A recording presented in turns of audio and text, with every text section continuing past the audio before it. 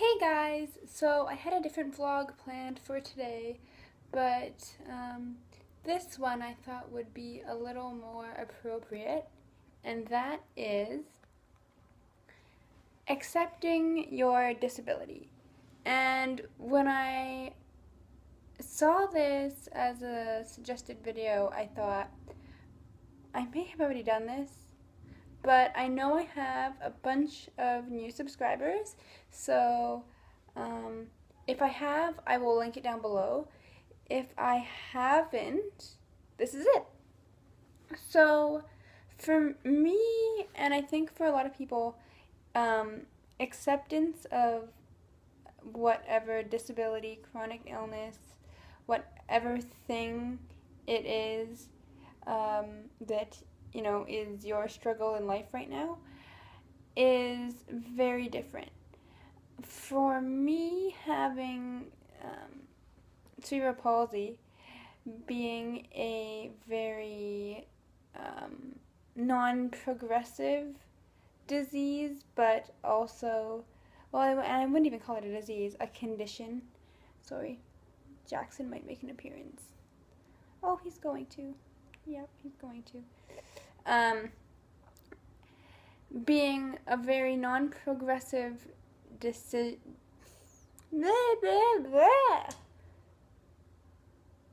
being a very non-progressive condition. There we go. Do you want to move yourself over there? Real life, people. Real life. It's a long time coming, and just when you think that you've got this and you understand it and everything is good, something else can happen. Not that it will, but it can happen. For instance, today I wasn't going to vlog because I am having troubles with my hip right now. I don't know what happened to it. Something happened to it, but it really hurts. But it's okay.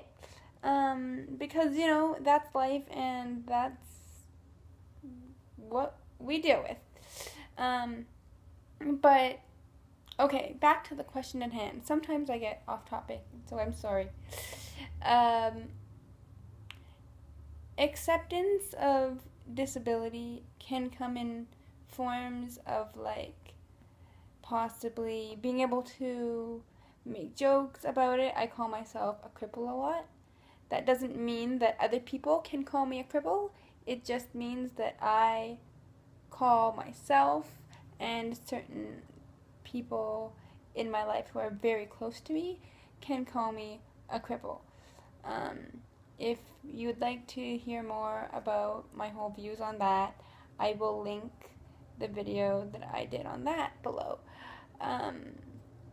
But it can mean, accepting a mobility device or a chair or some kind of assistive device of any sort, which was a hard one for me, I must admit, because okay, Jackson's going. I like proving doctors wrong, wrong in quotes, because I don't know, I'm just that type of person. So when they told me that, you'll probably be in a wheelchair by the time you're 30 if you keep going at this rate, not stretching and stuff, when I was like 15, I said, no, I won't, because that was my attitude at 15, and I think, not that that was a bad thing, but that is probably the attitude most 15-year-olds have. So I think I was being a normal 15-year-old to my knowledge. But here I am. I'm going to be 26 in less than a month, actually. Oh wow, a few weeks. And I am getting a chair in the next couple of months, hopefully. if you want to hear more about that, comment down below or leave me a message somewhere, and I will most definitely do a video about that. But it's all about your attitude too. You kind of have to decide whether you want your disability to be front and center and define you, which is fine if you do, or whether you want your disability to just be a part of you that people see but does not necessarily, encompass you yourself as a whole person, right? Like, there is so many aspects to a person, and disability is not just one of them, in my opinion. Now, you might have a different one. And I think it really does come in stages. I thought when I was even like 15 and I had kind of figured it out, like my CP leveled out, and now that I'm 25, it pretty much leveled out 6 months to a year ago. So I think I'm pretty well good until I'm more middle-aged, like in my 40s, hopefully. At least that's how my body seems to work. But my point is that, yeah, you'll go through times where it's all good. Then something will change. But it's just a matter of kind of being like, yes, and, like, so what? Like, move on. Okay, what's next? So it's all about the way that you want to think about that. Now, that's all my views on things and in my experience. But yeah, I wish I really had more to say about this.